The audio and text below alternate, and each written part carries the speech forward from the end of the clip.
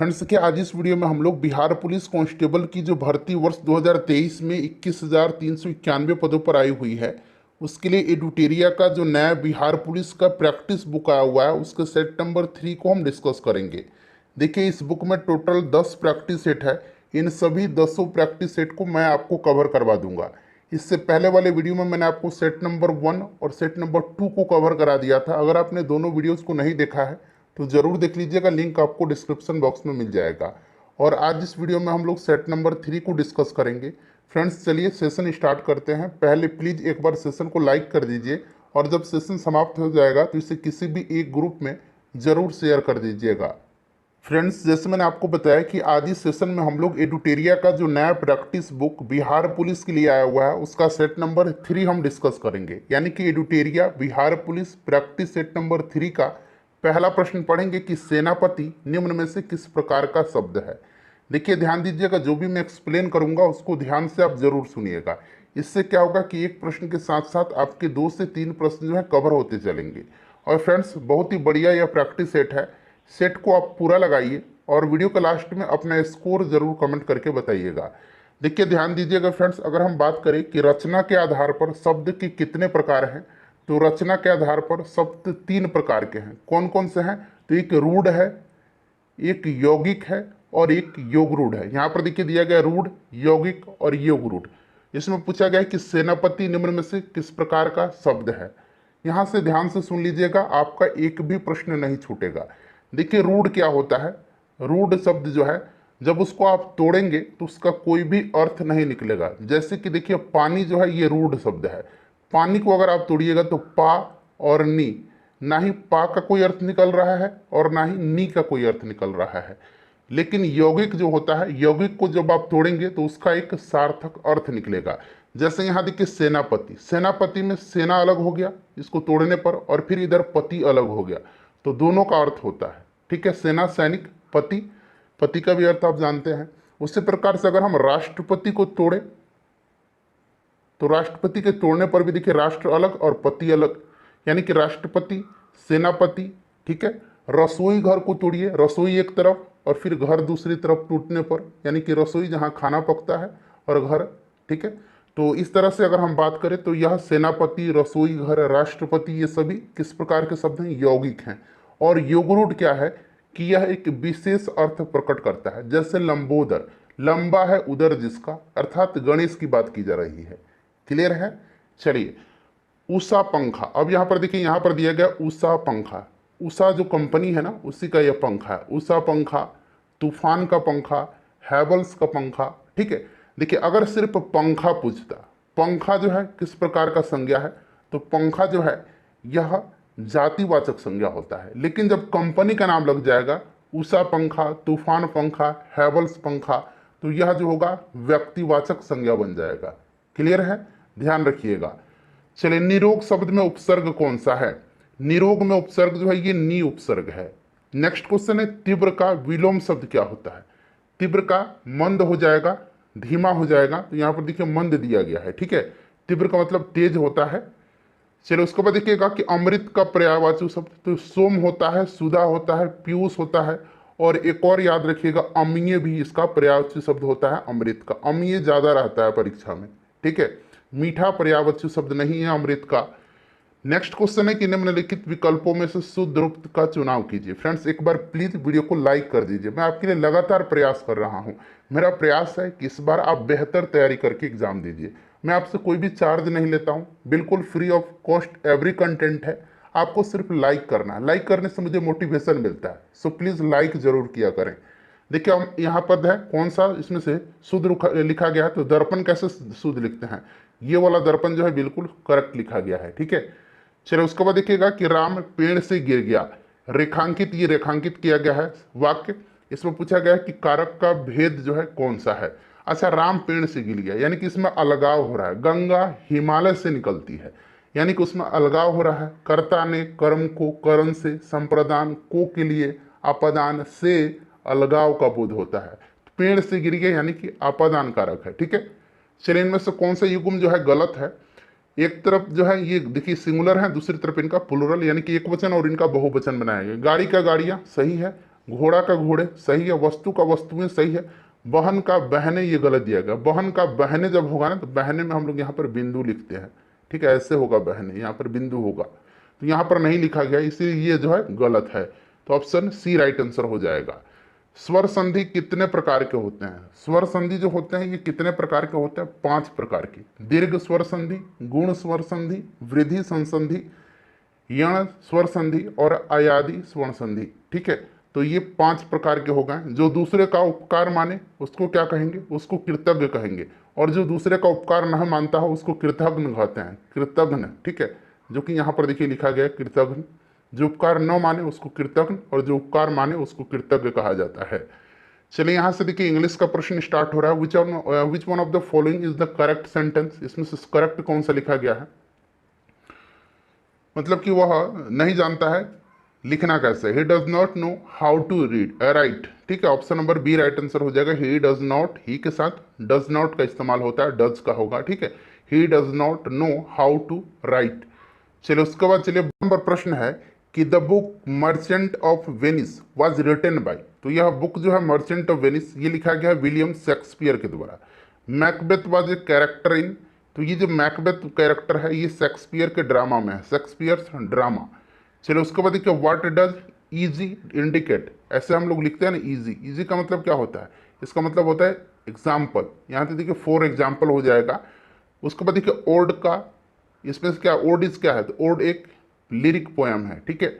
चलिए the antonyms are the word of, antonym मतलब उल्टा होता है, यानी कि अपोजिट मीनिंग होता है इसका। The verb form of the food is, food का वर्ब फॉर्म जो है ये फीड हो जाएगा आपका। चलिए उसके बाद देखिएगा कि the adjective form of fault is, fault का फॉल्टी एडजेक्टिव हो जाएगा। Clear? Which one is not correct, इसमें से करेक्ट कौन सा नहीं है? देखिए मैंगो का प्लुरल मैंगोज होता है, हीरो का हीरोज होता है, पोटैटोज होगा, फोटो का फोटोज नहीं होगा, फोटो का जो होता है प्लुरल ये फोटोज ऐसे होता है, ठीक है। चलिए ये वाला जो है नॉट करेक्ट है। चलिए उसके बाद देखिएगा कि the phrase in A nutshell means, in A nutshell का मतलब होता है संक्षेप में, तो इन शॉर्ट हो जाएगा संक्षेप में। चलिए निम्नलिखित में से किस वनस्पति जगत के पौधों को शैवाल के नाम से जाना जाता है? शैवाल के नाम से, वनस्पति जगत के पौधों को शैवाल के नाम से जाना जाता है। अच्छा वनस्पति जगत का उभयचर कहा जाता है किसको? तो उभयचर कहा जाता है किसको बताइए? तो ये ब्रायोफाइटा को कहा जाता है, उभयचर कहा जाता है ब्रायोफाइटा को। और वनस्पति जगत के पौधों को शैवाल के नाम से जाना जाता है थैलोफाइटा के। ऑप्शन नंबर इसका बी हो जाएगा राइट आंसर। चलिए जो भी मैं बताऊंगा ध्यान से सुनिएगा। निम्नलिखित में से कौन सा कोलाइड फोम का एक उदाहरण है? कोलाइड फोम का इसमें से कौन सा उदाहरण है? तो फ्रेंड्स स्पंज और रबर जो होता है ये कोलाइड फोम के उदाहरण है। निम्नलिखित में से कौन सा रोग मच्छर के काटने से नहीं होता है? तो डेंगू होता है, मलेरिया होता है, हेपेटाइटिस नहीं होता है, उसके बाद फीलपांव होता है, ठीक है। तो हेपेटाइटिस राइट आंसर हो जाएगा। चलिए नेक्स्ट क्वेश्चन करेंगे। अगला प्रश्न की खनिज पदार्थ स्रोत का निम्नलिखित में से कौन सी युग्म इसमें से सही है? विटामिन ए पपीता में पाया जाता है, सही दिया गया है, और लौह पालक में पाया जाता है, सही है। तो एक और दो दोनों जो है सही दिए गए हैं। चलिए विटामिन ए का रासायनिक नाम क्या होता है फ्रेंड्स? रेटिनॉल होता है। विटामिन ए की कमी से कौन सी बीमारी होती है? रतौंधी होती है और जीरोप्लेथेलमिया होता है, इसको ध्यान रखिएगा आप, ठीक है। चलिए किसी मोमबत्ती की ज्वाला के पूर्ण दहन से बाह्य क्षेत्र का रंग कैसा होता है? पूर्ण दहन के बाह्य क्षेत्र का रंग जो होता है ये कैसा होता है? तो फ्रेंड्स ये नीला होता है, ठीक है। और अपूर्ण दहन का जो रंग होता है वो पीला होता है, वह पीला होता है, ठीक है, याद रखिएगा। नेक्स्ट क्वेश्चन है कि निम्नलिखित में से कौन सा एक बहिर्जनित बल है? देखिए एक बहिर्जनित बल है और दूसरा बल जो है एक अंतर्जनित बल है, ठीक है। एक अंतर्जनित बल है, यहां मैं लिखता हूं एक अंतर्जनित बल है, अंतर्जनित बल, ठीक है। इस तरह से यहां पर ये नहीं लगेगा, इस तरह से रहेगा अंतर्जनित बल। एक अंतर्जनित बल है और एक बहिर्जनित बल है। बहिर्जनित बल ये पृथ्वी के सतह पर होते हैं, ठीक है, और अंतर्जनित पृथ्वी के आंतरिक भाग में होता है। तो अब आसानी से यहाँ से पकड़ सकते हैं बहिर्जनित जो होगा ये आपका भूस्खलन है, भूकंप है, पवन है, ये बहिर्जनित है। ज्वालामुखी जो है ये अंतर्जनित के एग्जाम्पल है। तो ऑप्शन के हिसाब से तो यहाँ पर उल्टा दिया गया, बहिर्जनित बल नहीं अगर पूछता तो ज्वालामुखी पर लगा देते क्योंकि अंतर्जनित बल है। क्लियर है? चलिए उसके बाद देखिए निम्नलिखित में से कौन सा पौधे में प्रजनन का अलैंगिक रूप नहीं है? अलैंगिक रूप पूछा गया। प्रजनन दो तरह का है, एक लैंगिक है और एक अलैंगिक है। लैंगिक में क्या होता है, मादा और नर दोनों होते हैं।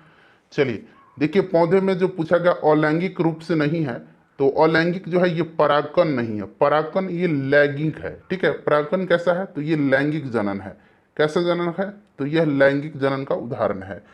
चलिए, परागकण एक फूल के नर से मादा भाग में पराग का स्थानांतरण है, जिससे निषेचन और बीज उत्पादन संभव होता है। ठीक है, बाकी कायिक, मुकुलन, बीजाणु निर्माण ये सभी अलैंगिक रूप हैं।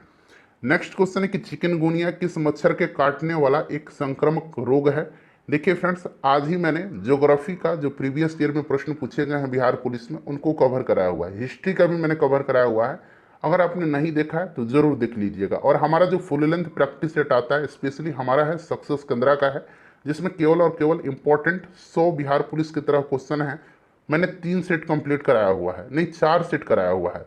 अगर आपने नहीं देखा है तो सबको जाकर के देख लीजिएगा। बिहार पुलिस के लिए लगातार कंटेंट उपलब्ध करवाए जा रहे हैं आपके लिए। चलिए, चिकनगुनिया जो होता है ये होता है एडिस एजिप्टी मच्छर के काटने से। क्यूलेक्स के काटने से फलेरिया होता है। एनाफिलीज मच्छर के काटने से क्या होता है, मलेरिया होता है, मादा एनाफिलीज मच्छर के। ठीक है, चलिए उसके बाद देखिएगा कि रिशान अपने वाहन में पश्च दृश्य यानी कि पीछे का दृश्य का देखने के लिए पश्च दृश्य दर्पण का प्रयोग करना चाहता है। वो कौन सा दर्पण चुनना चाहिए उसको, तो आपको पता है कि गाड़ियों के साइड मिरर में कौन सा होता है, तो उत्तल लेंस होता है, उत्तल दर्पण होता है। ठीक है, उत्तल दर्पण। निम्नलिखित में से कौन सा एक जीवाणु जनित रोग है इसमें से, तो इसमें से देखिए जीवाणु जनित कुष्ठ रोग है। कुष्ठ रोग है, रेबीज, इबोला ये वायरस से होता है, मलेरिया ये प्रोटोजोआ से होता है, परजीवी से होता है, और कुष्ठ यानी कि जिसको कोढ़ कहा जाता है यह होता है जीवाणु से। चलो उसके बाद देखिएगा, खाली स्थान दिए गए किसी किरण का परावर्तित किरण से अभिलंब पृष्ठ पर मापा गया कोण। परावर्तित किरण से अभिलंब पृष्ठ पर जो कोण मापा गया है ये कोण कौन सा है, बताइए ये कोण कौन सा है। ये कोण जो है फ्रेंड्स, कौन सा कोण है, तो यह परावर्तन कोण है। ठीक है, परावर्तन कोण हो जाएगा। चलो उसके बाद देखिए, निम्नलिखित में से कौन पादप जगत का उपसमूह नहीं है। पादप जगत का, तो इसमें टेरिडोफाइटा है, एंजियोस्पर्म है, थैलोफाइटा है, हेमिकॉर्डेटा नहीं है। ये जंतु संघ का, ये पादप संघ का नहीं है, ये जंतु जगत का यह एक वर्ग होता है। उसके बाद देखिए, अनंत की माँ उसे रात में पेड़ के नीचे नहीं सोने की सलाह देती है, क्योंकि पेड़ रात में पेड़ जो है ऑक्सीजन लेते हैं और कार्बन डाइऑक्साइड छोड़ते हैं, कार्बन डाइऑक्साइड छोड़ते हैं। ठीक है, चलिए उसके बाद नेक्स्ट क्वेश्चन है हमारा 34 नंबर।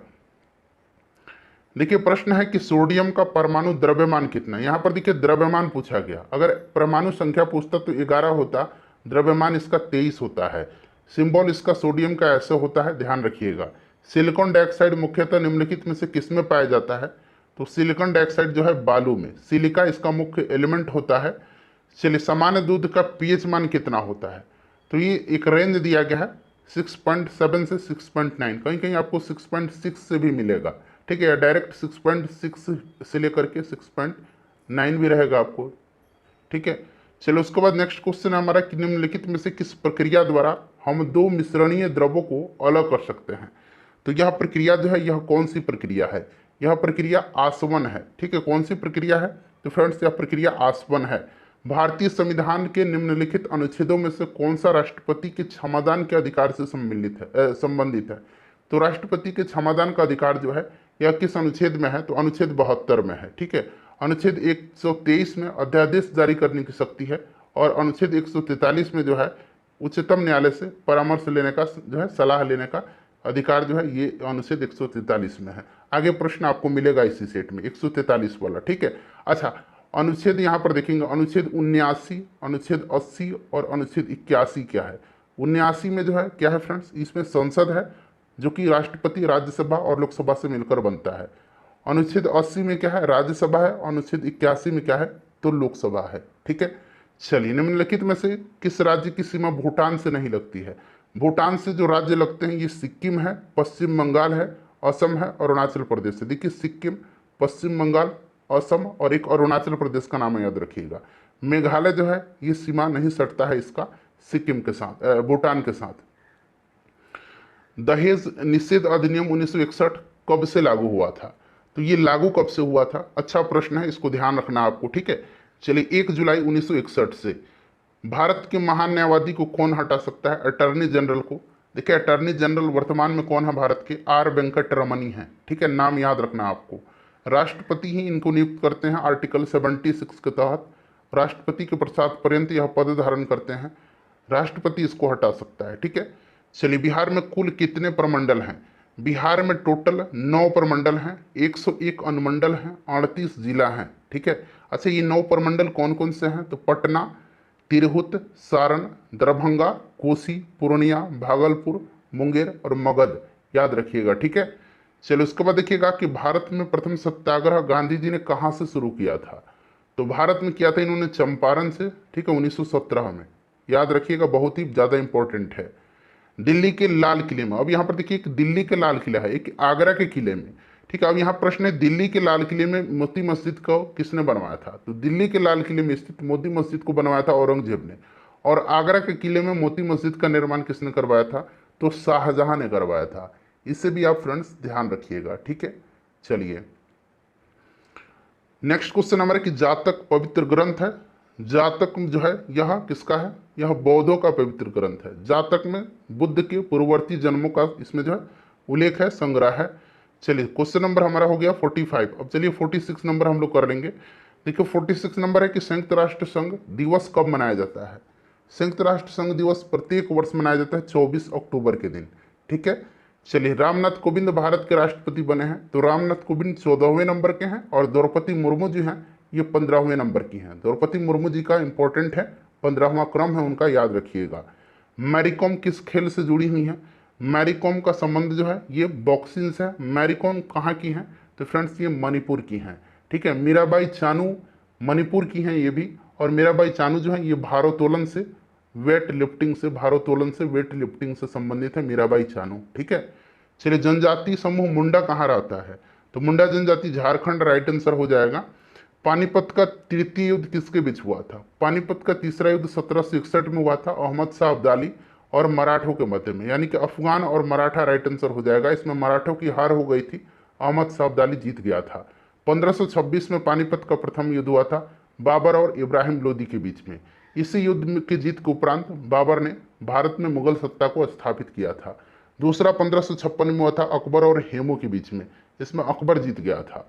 चलिए भारतीय संविधान के अनुसार मानव का दुर्व्यापार और बलात् श्रम निषेध जो है यह किस अनुच्छेद में है, तो फ्रेंड्स बहुत ही सिंपल सा क्वेश्चन है, यह अनुच्छेद 23 में है। किस में है, अनुच्छेद 23 में है। अनुच्छेद 24 में याद रखिएगा, इसमें जो है कहा गया है कि 14 वर्ष के जो भी कम उम्र के बच्चे हैं उनको किसी भी कल कारखानों में काम करने पर निषेध लगाया गया, उनको काम करने का जो है अधिकार नहीं है। चलो उसके बाद देखिए हरिप्रसाद चौरसिया, तो ये प्रसिद्ध क्या थे, बांसुरी वादक थे। शहनाई वादक बिस्मिल्लाह खां, नाम बहुत ही इंपॉर्टेंट है, ध्यान रखिएगा। भारत के सर्वोच्च न्यायालय के न्यायाधीशों की सेवानिवृत्ति की आयु, अब यहाँ देखिए सर्वोच्च न्यायालय यानी कि सुप्रीम कोर्ट की बात की जा रही है, तो इसमें 65 वर्ष है। 65 वर्ष की जब ये आयु पूरा कर लेंगे तो ये अवकाश ग्रहण कर लेते हैं। वहीं अगर हाईकोर्ट पूछता, उच्च न्यायालय पूछता, तो उच्च न्यायालय में 62 वर्ष, ध्यान रखिएगा आप, ठीक है। चलिए अच्छा पटना उच्च न्यायालय का भी मुख्य न्यायाधीश कौन है बताइए, तो ये विनोद चंद्रन है, ठीक है, नाम याद रखिएगा, जस्टिस के विनोद चंद्रन। चलिए नेक्स्ट क्वेश्चन है हमारे राष्ट्रीय प्रतीक अशोक चक्र में कितने आरे हैं, कितनी तीलियां हैं उसमें, तो 24 हो जाएगा राइट आंसर। हाटक देखिए निम्न में से किस महाजनपद की राजधानी थी, 16 महाजनपद थे जिसमें से सबसे शक्तिशाली मगध महाजनपद था। मगध की राजधानी गिरिब्रज या राजगिर ही हुआ करती थी। हाटक की राजधानी जो है ये कंबोज थी, ठीक है। असमक जो है यह राजधानी थी पोतन या पोटली कह लीजिए, ठीक है इसकी। गंधार की राजधानी जो थी ये कहाँ थी, तक्षशिला। सूर्यसेन की मथुरा, ठीक है, मथुरा, याद रखिएगा। चलिए उसके बाद देखिएगा कि संविधान के किस अनुच्छेद के अंतर्गत राष्ट्रपति किसी मामले में सर्वोच्च न्यायालय से सलाह ले सकता है। मैंने बताया था अभी आपको कि अनुच्छेद 143 के तहत, ठीक है, लेकिन राष्ट्रपति जो है इस जो परामर्श लेगा उसे मानने के लिए बाध्य नहीं होगा, ठीक है। चलिए नेक्स्ट क्वेश्चन है हमारा कि वन रिपोर्ट 2019, अब आपको 2019 भूल जाना है, आपको 2021 याद रखना है। 2021 के अनुसार देश में सर्वाधिक वन क्षेत्र किस राज्य में है, तो सर्वाधिक वन क्षेत्र पूछेगा तो मध्य प्रदेश में। वहीं अगर सर्वाधिक प्रतिशत लगा देता, प्रतिशत वन क्षेत्र, तो ये मिजोरम में होता, ठीक है। चलिए दोनों को ध्यान रखेंगे। क्वेश्चन नंबर 58 कर लीजिए, आइए यहां से कर लेंगे हम लोग। क्वेश्चन नंबर 58 है हमारा कि संयुक्त राष्ट्र शरणार्थी उच्चायोग UNHRC का मुख्यालय कहाँ पर है। UNHRC, बताइए राइट आंसर इसका क्या हो जाएगा। तो फ्रेंड्स देखिए ये जो है जेनेवा में है, जेनेवा स्विट्जरलैंड में है। क्लियर है, याद रखिएगा। उसके बाद देखिएगा कि अकबर ने अपनी राजधानी को आगरा से फतेहपुर सिकरी किस वर्ष स्थानांतरित किया था। तो फ्रेंड्स ये किया था 1571 में, 1571, ध्यान रखिएगा। चलिए उसके बाद देखिए लोकसभा में गणपूर्ति के संबंध में कौन सा कथन सही दिया गया है। तो लोकसभा में गणपूर्ति के संबंध में स्पीकर सहित कुल सदस्यों की संख्या का 1/10 होना चाहिए। उसके बाद देखिए लोकलेखा समिति के अध्यक्ष की नियुक्ति कौन करता है। तो फ्रेंड्स लोकलेखा समिति के अध्यक्ष की नियुक्ति लोकसभा का स्पीकर करता है। लोकलेखा समिति में टोटल 22 सदस्य होते हैं, 15 लोकसभा से और 7 राज्यसभा से। ठीक है, चलिए ओजोन परत संरक्षण दिवस किस तिथि को मनाया जाता है। तो यह प्रत्येक वर्ष 16 सितंबर के दिन मनाया जाता है। निम्न में से कौन सा दर्रा शिमला को तिब्बत से जोड़ता है। शिमला को तिब्बत से जोड़ता है कौन। तो फ्रेंड्स यह सिपकिला दर्रा है। सिपकिला दर्रा हिमाचल प्रदेश में है। बाड़ा लाचा दर्रा भी हिमाचल प्रदेश में है। ठीक है, चलिए रोहतांग ये भी हिमाचल प्रदेश में है। संविधान सभा की अंतिम बैठक कब हुई थी। पहली बैठक 9 दिसंबर 1946 को हुई थी। ठीक है, 9 दिसंबर 1946 को, जिसमें सच्चिदानंद सिन्हा को अस्थायी अध्यक्ष चुना गया था, आपको याद भी होगा। ठीक है, और आखिरी बैठक हुई थी 24 जनवरी 1950 को, 24 जनवरी 1950 को। ठीक है फ्रेंड्स, चलिए किस वर्ष गोवा भारत संघ का राज्य बना था। गोवा जो है 1987 में भारत का 25वां राज्य बना था। ठीक है, और यह किस संविधान संशोधन के द्वारा। तो 56वां संविधान संशोधन अधिनियम के द्वारा। इसे भी आप याद रखिएगा। अगला प्रश्न है कि भारत में पिछड़ा वर्ग को परिभाषित करने, सूची बनाने और उसकी समस्या को जानने के लिए एक आयोग बनाने से संबंधित प्रावधान भारतीय संविधान के किस अनुच्छेद में है। तो फ्रेंड्स यह अनुच्छेद जो है यह अनुच्छेद 340 है। सर्वोच्च न्यायालय ने 27% आरक्षण की घोषणा को कब वैध माना था। तो ये वैध माना था सर्वोच्च न्यायालय ने 1992 में। ठीक है, 1992 में। उसके बाद देखिएगा कि निम्न में से किसने ब्रिटिश युग की केंद्रीय लेजिस्लेटिव असेंबली तथा स्वतंत्र भारत की संसद में अध्यक्ष का पद संभाला था। आप इतना से ही पकड़ लीजिएगा आंसर। स्वतंत्र भारत में संसद के अध्यक्ष, लोकसभा के अध्यक्ष कौन थे। जीबी मावलंकर थे पहले। क्लियर है, चलिए उसके बाद नेक्स्ट क्वेश्चन कर लेंगे। डॉक्टर राजेंद्र प्रसाद को 9 अगस्त 1942 को गिरफ्तार करके कहाँ भेजा गया था। तो इनको बांकीपुर जेल में भेजा गया था और जयप्रकाश नारायण को हजारीबाग जेल में। भारत छोड़ो का नारा किसने दिया था। तो देखिए भारत छोड़ो का नारा जो है दिया था यूसुफ अली ने, और महात्मा गांधी ने भारत छोड़ो आंदोलन के समय में इसको प्रसिद्धि दिलाई थी। क्लियर है, यूसुफ अली ने भारत छोड़ो और साइमन गो बैक का नारा दिया था। साइमन गो बैक को लोकप्रिय बनाया था लाला लाजपत राय ने।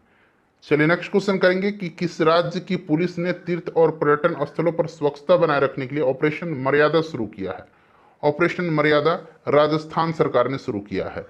उसके बाद देखिए 5 मई को नीरज चोपड़ा ने 88.67 मीटर दूर भाला फेंक करके किसमें आयोजित डायमंड लीग का खिताब अपने नाम किया है।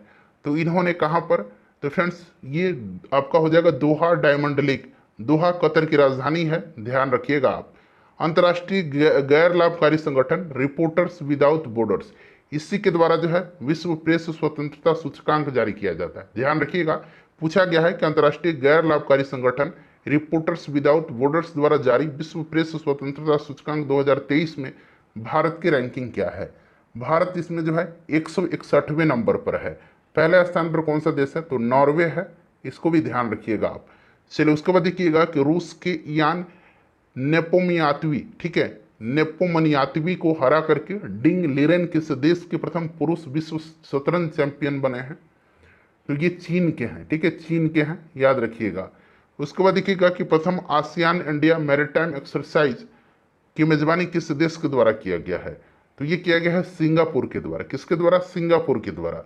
भारत ने चक्रवात मोचा, मोचा जो है ये कहाँ पर आया था। अगर आपको याद होगा तो आसानी से इस प्रश्न को आप सोल्व कर लेंगे। भारत ने चक्रवात मोचा से प्रभावित किस देश के लोगों को मानवीय सहायता प्रदान करने के लिए ऑपरेशन करुणा शुरू किया है। ऑपरेशन करुणा ये शुरू किया है म्यांमार में। क्लियर है, चलिए उसके बाद देखिएगा कि हाल ही में किस राज्य के मिर्चा चावल या मिर्चा धान कहिए, इसको जीआई टैग दिया गया है। तो ये बिहार का है और मिर्चा धान जो होता है ये मेनली मुख्य रूप से पश्चिम चंपारण जिले में होता है। इसका पोहा बहुत अच्छा होता है, चिवड़ा जिसको बोलते हैं, ठीक है, ये बहुत ही बढ़िया होता है मिर्चा धान का। हाल ही में हुए नियुक्ति के संबंध में कौन सा सुमेलित है? तो इस देखिए, इसमें से जितने भी दिए गए हैं ना, ये सारे के सारे सुमेलित हैं। एक बार आप लोग ध्यान से पढ़ लीजिए, सारे के सारे जो हैं इसमें से सुमेलित हैं, उपयुक्त तो सभी इसका राइट आंसर हो जाएगा। चलो उसके बाद 79 नंबर क्वेश्चन करिए। 79 नंबर क्वेश्चन है, हाल ही में 13वें भारत रत्न डॉक्टर अंबेडकर पुरस्कार 2023 से किसे सम्मानित किया गया है? तो यह सम्मानित किया गया है उत्तर प्रदेश के मुख्यमंत्री श्री योगी आदित्यनाथ जी को। देश का पहला राज्य कौन बन गया है जहां पर पैदल चलने वालों के लिए चलने का अधिकार अर्थात राइट टू वॉक का अधिकार होगा? तो यह राज्य जो है ये कौन सा राज्य है? तो फ्रेंड्स यह राज्य बताएंगे पंजाब हो जाएगा। उसके बाद देखिए, हाल ही में किसने हेवन 1 नामक दुनिया के पहले वाणिज्यिक अंतरिक्ष स्टेशन को अगस्त 2025 तक लॉन्च करने की घोषणा किया है? तो ये घोषणा किया है किसने? तो फ्रेंड्स यह घोषणा किया स्पेस एक्स ने। किसने? स्पेस एक्स ने। उसके बाद देखिए, हाल ही में प्रमोद भगत ने थाईलैंड पैरा बैडमिंटन अंतर्राष्ट्रीय टूर्नामेंट में कौन सा पदक जीता है? तो इन्होंने स्वर्ण पदक जीत लिया है। स्वर्ण पदक जीत लिया है। फ्रेंड्स देखिए, 83 से लेकर के 100 तक में मैथ के प्रश्न है। आप अपना स्कोर इन 82 प्रश्नों में से बता दीजिए। तब तक मैं क्या कर रहा हूं कि मैथ का सॉल्यूशन फटाफट बता देता हूं। देखिए, 83 का जो राइट आंसर हो जाएगा ये 9:30 बजे हो जाएगा। आप लोग टिक लगा लीजिएगा। पीडीएफ 2 सेट का मैंने टेलीग्राम पर दे दिया है। आंसर आप लोग नोट कर लीजिएगा, ठीक है, क्योंकि आंसर मैं टेलीग्राम पर नहीं दे पाऊंगा। चलो उसके बाद देखिए, इसको सॉल्व करेंगे तो इसका राइट आंसर जो है ये 4 आ जाएगा। वीडियो को लाइक कर दीजिए फ्रेंड्स प्लीज। देखिए, 85 का जो राइट आंसर होगा ये आपका हो जाएगा ऑप्शन नंबर सी हो जाएगा। उसके बाद देखिए, 86 का जो करेक्ट आंसर होगा वो आपका 55 हो जाएगा, ठीक है। 87 का राइट आंसर आपका हो जाएगा 1250 रुपये की हानि। चलो उसके बाद नेक्स्ट क्वेश्चन कर लेंगे। 88 का जो राइट आंसर हो जाएगा फ्रेंड्स, 88 का वो आपका 30 दिन हो जाएगा। चलिए 89 का जो राइट आंसर हो जाएगा वो आपका 8,000 रुपया हो जाएगा। 90 का जो करेक्ट आंसर हो जाएगा 15 साल हो जाएगा। 91 का करेक्ट आंसर इसका 6 हो जाएगा। 92 का, एक बार मैथ को आप लोग खुद से सॉल्व कर लीजिएगा, मैं सीधे आंसर बता दे रहा हूँ, मैंने इसको सॉल्यूशन नहीं किया है। चलिए 93 का राइट आंसर जो हो जाएगा 182 हो जाएगा। 94 का जो राइट आंसर हो जाएगा ये 60 डिग्री हो जाएगा। उसके बाद चलिए 95 देख लीजिए, यहाँ से है। 95 का जो राइट आंसर हो जाएगा ये आपका कितना हो जाएगा? करेक्ट आंसर इसका 49 हो जाएगा, ठीक है। चलिए उसके बाद नेक्स्ट क्वेश्चन है हमारा 96 नंबर। इसका जो करेक्ट आंसर हो जाएगा ये CNBQE हो जाएगा, CNBQE। 97 का जो राइट आंसर हो जाएगा वो आपका हो जाएगा इसमें से R, ठीक है। कौन सा हो जाएगा? R हो जाएगा। उसके बाद चलिए 98 का जो राइट आंसर हो जाएगा फ्रेंड्स, 98 का ऑप्शन E हो जाएगा। 99 का correct answer option number B हो जाएगा। और 100 का करेक्ट आंसर जो होगा इसमें ट्रायंगल बताना है, 28 हो जाएगा।